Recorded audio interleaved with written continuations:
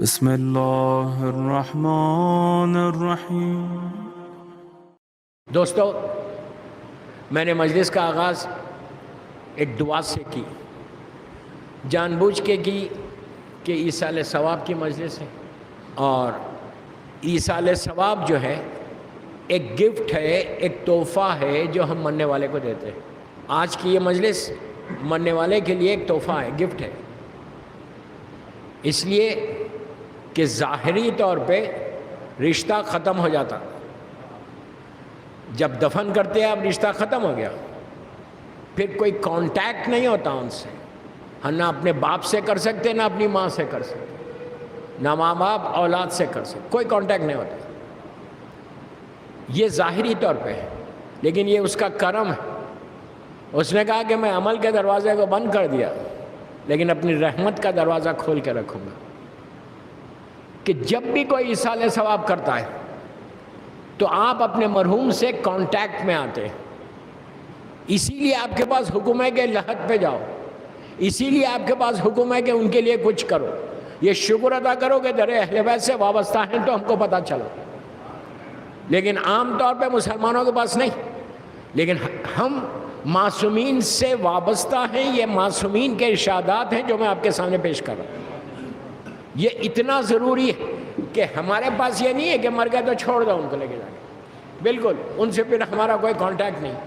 آپ 24/7 24 گھنٹے اپنے ماں باپ سے کانٹیکٹ میں آ سکتے، اور آنا بھی چاہیے، اس لیے آنا چاہیے کہ ان کی دعا وہاں سے لگے گی آپ کو۔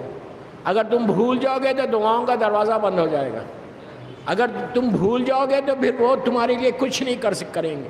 اگر تم کچھ کرو گے ان کے لیے، چھوٹے سے چھوٹا تحفہ، اتنا چھوٹا تحفہ، مثال کے طور پہ آپ نے ایک سلوات پڑھی اور سلوات پڑھ کے کہا کہ اللہ اس کا ثواب تو میری ماں کو دے دے، وہ بھی پہنچتا ہے۔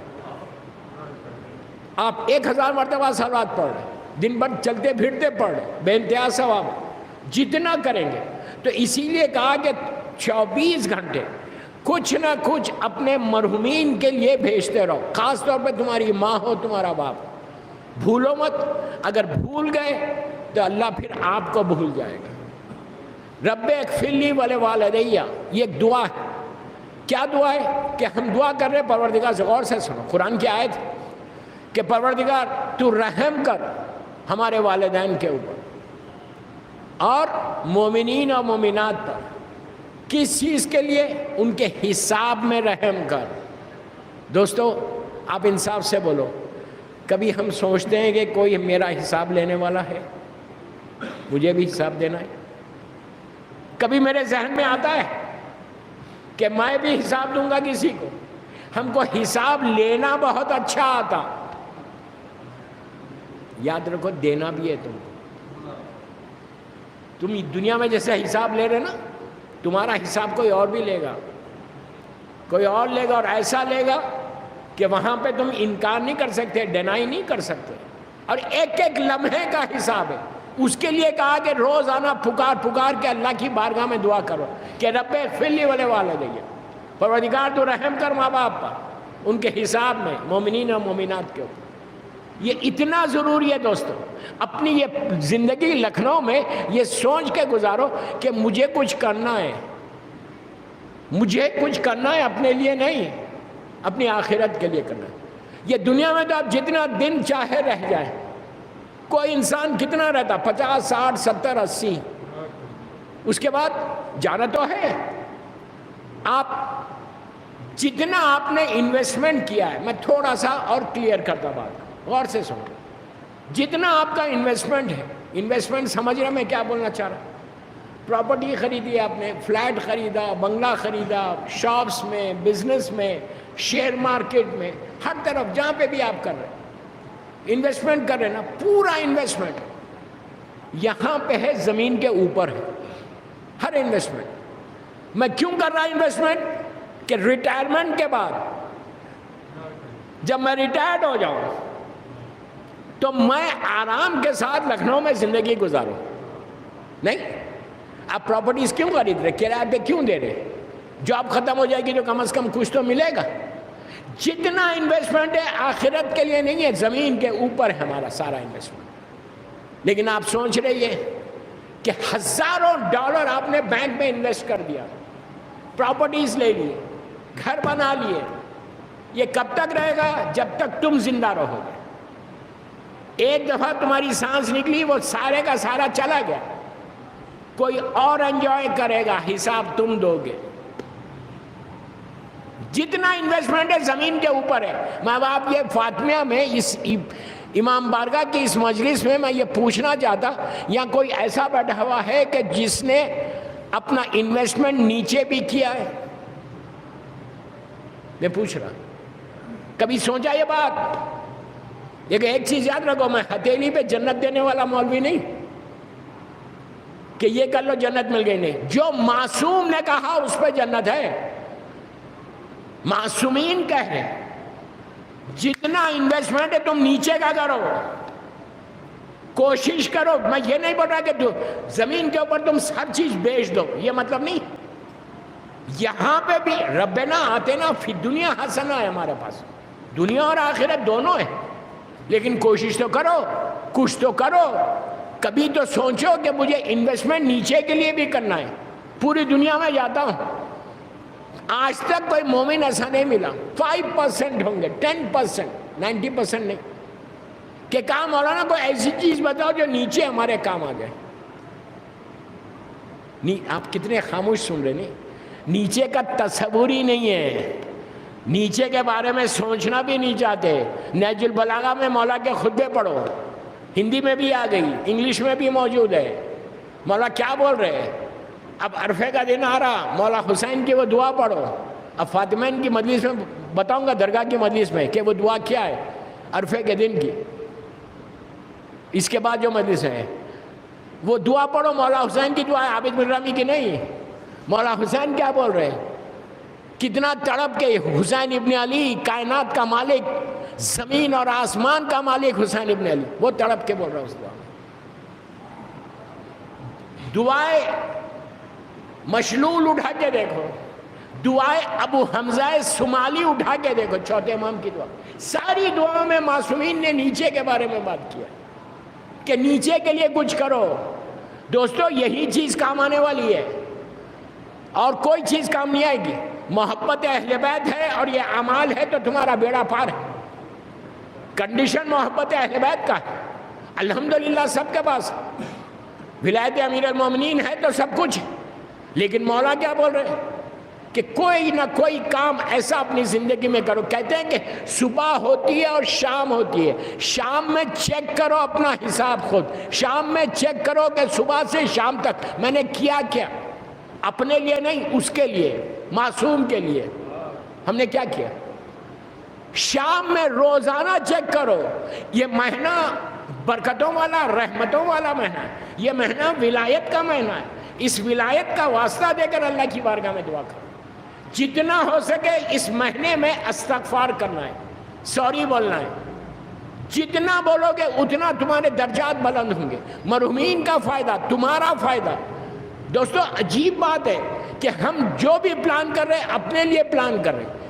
اپنے لیے تو انسان خود پلان کر رہا، لیکن سوچو اپنے لیے تو جانور بھی زندہ رہتا، دوسروں کے لیے زندہ۔ Do some thing in your life, میں یوتھ کو بول رہا، اپنی زندگی میں کچھ ایسا کام کرو کہ جو تمہارا ہمیشہ کا انویسٹمنٹ رہے، یہاں بھی، ہیئر اینڈ ہیئر آفٹر۔ اگر وہ انویسٹمنٹ تم کو مل گیا تو سمجھو تمہارا بیڑا پار ہے، ورنہ آپ خود سوچو زندگی کا کوئی بھروسہ ہے؟ کوئی لائف کا کوئی گارنٹی ہے؟ کوئی نہیں دے سکتا گارنٹی۔ چلتے چلتے انسان ختم ہو جاتا۔ کیا لے کے جا رہے ہیں؟ کیا چیز ہمارے پاس ہے؟ یہ ذہن میں نکال دو کہ میرے پاس بہت اعمال ہے، یہ ذہن سے نکال دو کہ میں بڑا نیک ہوں، یہ ذہن سے نکال دو کہ میں نے بڑی عبادتیں کی ہیں، یہ ذہن سے نکال دو کہ میں نے بڑے ڈونیشنز دیے۔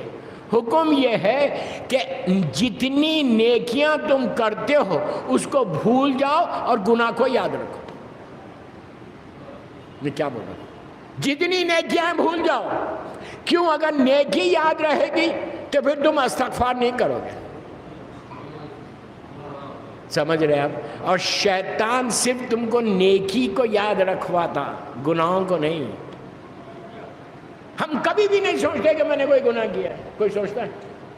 کوئی بھی نہیں سوچتا۔ ہم یہ سمجھ رہے کہ ہم سب سے زیادہ پائس ہیں، سب سے زیادہ پائس ہیں۔ یہ چیز یاد رکھو، عورت مرد، لڑکی لڑکا، سب کو بولو، یہ چیز یاد رکھو کہ مرنے کے بعد آپ کو وہاں جانا 100% ہے، اور جانا ہے اور اپنا پورا حساب دینا ہے۔ یہ میں تھوڑی بول رہا، قرآن بول رہا، رب اغفر لی ولوالدی وللمؤمنین یوم یقوم الحساب۔ اللہ ان کے حساب میں کم نہیں کر، ماں باپ کے۔ تو یاد رکھو، اپنی زندگی کو بنانا ہے اس لائف کے لیے۔ یہ لائف جو یہاں کی ہے نا، لکھنؤ کی مثال دے رہا اس لیے کہ لکھنؤ میں پڑھ رہا ہوں، لکھنؤ کی زندگی 80 90 100 ایئر سے زیادہ نہیں، اس کے بعد پوری لائف وہاں گزارنا ہے۔ یہ ذہن سے نکال دو کہ میری کمفرٹیبل لائف ہوگی، اللہ کرے ہو کمفرٹیبل لائف، اللہ کرے ہماری کمفرٹیبل لائف، لیکن جو گناہ کیے ہیں اس کا جواب تو دینا ہے نا۔ مثال کے طور پہ پوری زندگی بڑی نیکی کے ساتھ ہے، لیکن ماں باپ کے ساتھ ہمارا سلوک اچھا نہیں ہے، ماں اور باپ کے ساتھ اگر میرا ایٹیٹیوڈ، میرا سلوک اچھا نہ ہو تو آپ کیا سمجھ رہے آپ کی عبادتیں کام آئیں گی؟ اگر والدین کا ساتھ ہمارا سلوک اچھا نہ ہو، اور آج یہ کامن ہے کہ ماں کو جواب دینا، باپ کو جواب دینا، ویری کامن۔ میں یوتھ کو بول رہا، بڑوں کو نہیں بول رہا، کہ کوشش کرو کہ اپنے والدین کا ایسا احترام کرو جیسے معصوم نے بتایا ہے۔ تمہاری عبادتوں کی قبولیت تمہارے ماں باپ کی رضا ہے۔ میں کیا بول رہا یار؟ اگر ماں راضی نہیں ہے تو تم سمجھ رہے تمہاری عزاداری قبول ہوگی؟ ماں راضی نہیں ہے تو تمہارے سجدے قبول ہوں گے؟ ماں راضی نہیں ہے تو کوئی عبادت اللہ کی بارگاہ میں جائے گی؟ اس لیے کہ اگر آج فرش عزا پہ بیٹھے ہو، ولایت امیر المومنین تمہارے دلوں میں ہے، تو ماں کے حق میں دعا دو۔ ایک دفعہ ماں چلی گئی یا باپ چلا گیا، جب تک تم زندہ ہو اپنے ماں باپ کے لیے کچھ نہ کچھ کرتے رہنا، یہ ذمہ داری ہے۔ میں مرحومہ کے بچوں سے بول رہا ہوں، یہ آپ کی ذمہ داری ہے۔ ہر روز تمہاری ماں کے لیے کوئی نہ کوئی تم تحفہ بھیجنا، گفٹ بھیجنا، اس لیے کہ جب وہ تحفہ لے گی تو فرشتے یوں ہی نہیں دیتے، بلکہ بولا جاتا ہے کہ تیرے بیٹے نے اور تیری بیٹی نے بھیجا ہے۔ تو اس وقت ماں خوش ہوتی ہے کہ میری اولاد مجھے یاد کر۔ اگر آپ کیوں حکم ہے کہ لحد پہ جاؤ، ماں کی لحد پہ جب بھی جانا تو پیروں کی سائڈ پہ پینتی بیٹھنا، باپ کی لحد پہ گئے تو سرانے بیٹھنا۔ جتنی دیر تم بیٹھو ماں باپ کی لحد، باتیں مت کر، ٹیلی فون پہ مت بات کر، گوسپ مت کر، جتنی دیر بیٹھو کچھ نہ کچھ پڑھتے رہو۔ آج کل تو کوئی ایشو ہی نہیں ہے، سب کے پاس موبائل فون ہے، پڑھنا نہیں آتا، قرآن کا سورہ پڑھنا نہیں آتا، کوئی بات نہیں، آپ ڈیوائن پال پہ جاؤ اور لگا دو، بیٹھ جاؤ، یاسین لگا دو، سورہ ملک لگا دو، ٹیلی فون وہاں پہ رکھو، بیٹھ جاؤ۔ یہ کوئی ضروری نہیں ہے کہ آپ ہی پڑھو، آپ سورہ یاسین لگا کے بیٹھ جاؤ، لیکن یہ نہیں کرنا کہ سورہ یاسین لگا کے بیٹھے اور دوسرے باتیں کر رہے۔ بیٹھو ماں کی لحد، ابھی میں بتاتا اس کا ثواب کیا ہے۔ باپ ہو ماں، یاسین بھی لگا، سورہ ملک بھی لگا، رحمان بھی لگا۔ اور ایک چیز دیتا ہوں، حدیث کے ساتھ۔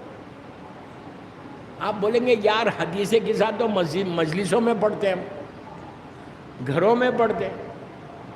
گھروں میں کیوں پڑھتے ہیں آپ حدیث کے ساتھ؟ سب سے زیادہ ریکمنڈڈ حدیث ہے، سب سے زیادہ ریکمنڈڈ ہے۔ کیوں پڑھتے ہیں گھروں میں؟ اس لیے کہ برکت آتی، رحمت آتی، اللہ کا کرم ہوتا، اسی لیے پڑھتے ہو نا۔ حدیث کے ساتھ ہم اس لیے پڑھتے ہیں کہ گھر میں رحمت آئے، گھر میں برکتیں آئے، اسی لیے پڑھ رہے ہو۔ لیکن ایک چیز یاد رکھو، لحد پہ جا کے ماں کی لحد ہو یا باپ کی لحد ہو، پلیز غور سے سننا، پیچھے والوں تک بول رہا ہوں کہ حدیث قصہ کا فائدہ دیکھو آپ کیوں پڑھنا، قبرستان میں جا کے کیوں پڑھنا؟ اس لیے کہ حدیث قصہ کا جو اینڈ ہے، جہاں حدیث قصہ ختم ہو رہی، وہاں دو معصوم کے جملے، اللہ کے رسول کے اور میرے مولا کے، جا کے ترجمہ دیکھ لو، میں نہیں بولتا کچھ، ترجمہ دیکھو گھروں کو جا کے، کہ جہاں حدیث قصہ اینڈ ہو رہی، ختم ہو رہی، وہاں اللہ کا رسول جو خود رحمت للعالمین، جو عالمین کے لیے رحمت بن کر آیا، وہ رسول میرے مولا سے بول رہا کہ یا علی، جہاں بھی یہ حدیث پڑھی جائے گی اس جگہ کو اللہ کی رحمتیں گھیر لیں گے. یہی ہے نا، جہاں بھی یہ حدیث پڑھی جائے گی اس جگہ کو اللہ کی رحمتیں گھیر لیں گی. اب آپ مجھے یہ بتاؤ، یہ قبرستان میں مردوں کو چاہیے کیا؟ کیا بول رہا ہے؟ کیا بول رہا ہے یار؟ کیا چاہیے ان کو؟ آپ کا پیسہ، سونا چاندی، ہیرے جواہرات، کیا چاہیے نیچے؟ صرف رحمت ہے خدا، اونلی رحمت. ایک چیز اور یاد رکھو، جہاں رحمت ہوگی پھر وہاں مصیبت نہیں ہوگی. مصیبت ختم ہو جاتی تو رحمت آ رہی، اور رحمت آ رہی معصومین کے صدقے میں، رحمت آ رہی بیوی کے صدقے میں. تو وہاں اللہ کا رسول گارنٹی دے رہا، اللہ کا رسول مولا کو بول رہے کہ یا علی، جہاں پڑھی جائے گی وہاں رحمت آئے گی. تو اب اس سے زیادہ اور کیا چاہیے؟ بہترین تحفہ یہ ہوگا کہ تم اپنی ماں کی لحد پہ جاؤ تو وہیں پہ ٹیلی فون پہ یا خود پڑھ سکتے تو بیٹھ کے پڑھو اور دعا کرو کہ پروردگار، تیرے حبیب کا وعدہ ہے کہ رحمت نازل ہوتی، میری ماں کی لحد پہ رحمت نازل. اس سے زیادہ کوئی فائدہ نہیں ہے دوستو، کوئی یوز ہی نہیں ہے. قبرستانوں میں جا کے باتیں نہیں کرنا، قبرستانوں میں جا کے گوسپ نہیں کرنا، بلکہ کوئی نہ کوئی تحفہ دے کے آنا. یہاں تک کہا گیا، آپ کو عجیب لگے گا، جب بیٹا یا بیٹی ماں کی لحد پہ بیٹھتی ہے، ماں تم کو نیچے سے دیکھ رہی، تم اوپر سے دیکھ رہی، تم تو نظر تو نہیں آ رہی. 5 منٹ بیٹھے اور اٹھ کے جانے لگے تو اس وقت نیچے سے ماں کہتی ہے، بیٹا کچھ دیر اور بیٹھ جا، کچھ دیر اور بیٹھ جا کہ میں تجھے دیکھ لوں. بہترین عبادتیں بتائی گئی. یہ ایک عبادت یہ ہے کہ تم اپنی ماں کی لحد پہ جب بھی پریشانیوں میں خدا نہ خواستہ ہو، جب بھی تم سوچو تمہاری دعائیں قبول نہیں ہو رہی، go to your mother's grave and father's grave. جب بھی دعا قبول نہیں ہو رہی، لکھنؤ میں جو کوئی مسئلے نہیں، اتنے عزا خانے ہیں ماشاءاللہ یہاں پہ، فاطمہ نہ جاؤ، درگاہ چلے جاؤ، ساری جگہوں پہ جا کے اپنی ماں کی لحد پہ بھی جاؤ اور جا کے وہاں دعا کرو. وہ دعاؤں کی جگہ ہے، قبولیت کی جگہ ہے. جتنا ہو سکے اپنے والدین کے لیے کچھ کرو. روزانہ وہ نماز ضرور پڑھو مغفرت والدین کی. آج ایک ہدیہ میت والی نماز دے کے ختم کر رہا مجلس. 2 رکعت نیت کرو. دنیا میں جہاں بتائی یہ نماز کا اتنا فائدہ ہوا. روایت کا جملہ ہے کہ اگر کوئی یہ نماز پڑھ کے ہاتھوں کو اٹھا دے، اللہ مرنے والے کی لحد کے اوپر 70,000 رحمت کے فرشتوں کو بھیجتا ہے. امیجن کریں آپ، اتنی سمپل نماز ہے کہ آپ اپنے گھروں میں پڑھ سکتے. اللہ جن کے ماں باپ زندہ انہیں سلامت رکھ. ارے بھائی میں نے دعا دی، آمین تو بولو یار. اور جن کے مر گئے، اللہ ان کی لحد پر رحمتوں کو نازل کرے. 2 رکعت نماز پڑھو اپنے ماں باپ کے لیے، اپنے بھائی بہنوں کے لیے، اپنے رشتہ داروں کے لیے، لکھنؤ کے سارے مومنین کے لیے، پوری دنیا کے مومنین کے لیے.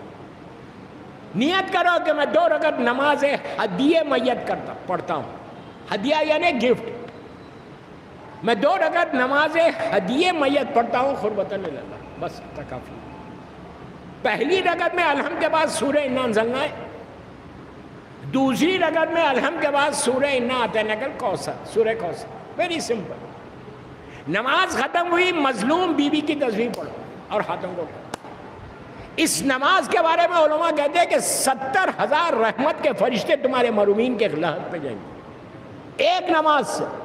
آپ امیجن کریں اگر اتنی رحمت تمہاری ماں کی لحد پہ آئی، کہیں بھی آؤ، جب پہنچتی ہے تو ماں پوچھتی ہے کہ یہ رحمت آ رہی کہاں سے، یہ عذاب کیسے کم ہو رہا، یہ اندھیرا کم کیسے ہو رہا، یہ روشنی آ رہی کیسے، ماں باپ کے درجات بلند کیسے ہو رہے، تو مرنے والا پوچھتا ہے کہ ہو رہا کیسے، تو اس کو بتایا جاتا کہ تیرا بیٹا یا تیری بیٹی نے یہ نماز پڑھی جس کی وسیلے سے اللہ نے یہ رحمت کو نازل کی۔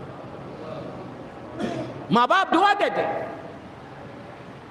دوستو، اس لیے کہ انہی کی دعا ہے جو آج عزاداری کے لیے ہم آئے۔ بس باقی باتیں انشاءاللہ درگاہ میں سننا آج اور کل۔